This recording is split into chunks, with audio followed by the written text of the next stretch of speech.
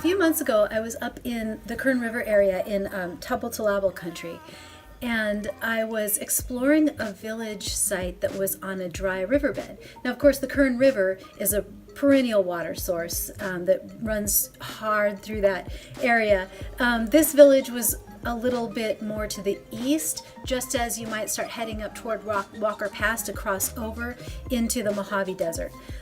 Anyway, there's a village with some pictographs, and I noticed the pictographs had these long body anthropomorphs. I pushed in on part of the body with de-stretched, and it's clear that it's kind of an extended long oval-shaped body with lines across its center. And that makes sense for a pictograph style of this area, as representing a kind of spirit being with this hollow, cross-hatched body, or a body that's filled in with lines. And as I was scrambling up the hillside to a really prominent shelter cave that I saw above the village that looked out over the entire village and over the entire landscape toward the sunrise, I saw a huge natural rock feature, or what I assumed was a natural rock feature. I still do assume it's a natural rock feature that looked like a hollow-bodied anthropomorph, kind of a curved body like this, and it had a color down the middle that was the inside kind of curved shape mirrored the outline of itself, but it was in a different color because of water erosion. I was really drawn to this, and in that video that I posted about this, I spent kind of a lot of time talking about that. This rock has totally captured my imagination because it looks exactly like the long-bodied anthropomorphs that we see painted on the rocks below. It looks like a natural occurrence of that sort of creature. And when you talk about the natives feeling the aliveness of things, the aliveness of the earth being just as alive as a person, the person being no more superior to anything in nature, it seems really logical to me that you're in your village, and what's looking over your village?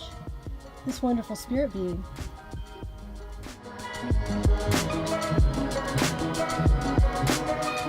When you see a land feature that's so prominent like that in the rocks, it's almost like a huge natural petroglyph.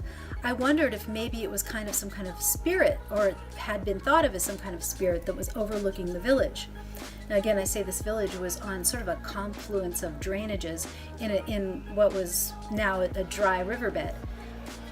So the other day I was reading a paper written by Vogelin, I believe is the archaeologist's name, and he was talking about the Tubble and water spirits and the pictographs that are found along the Kern River that represent water spirits.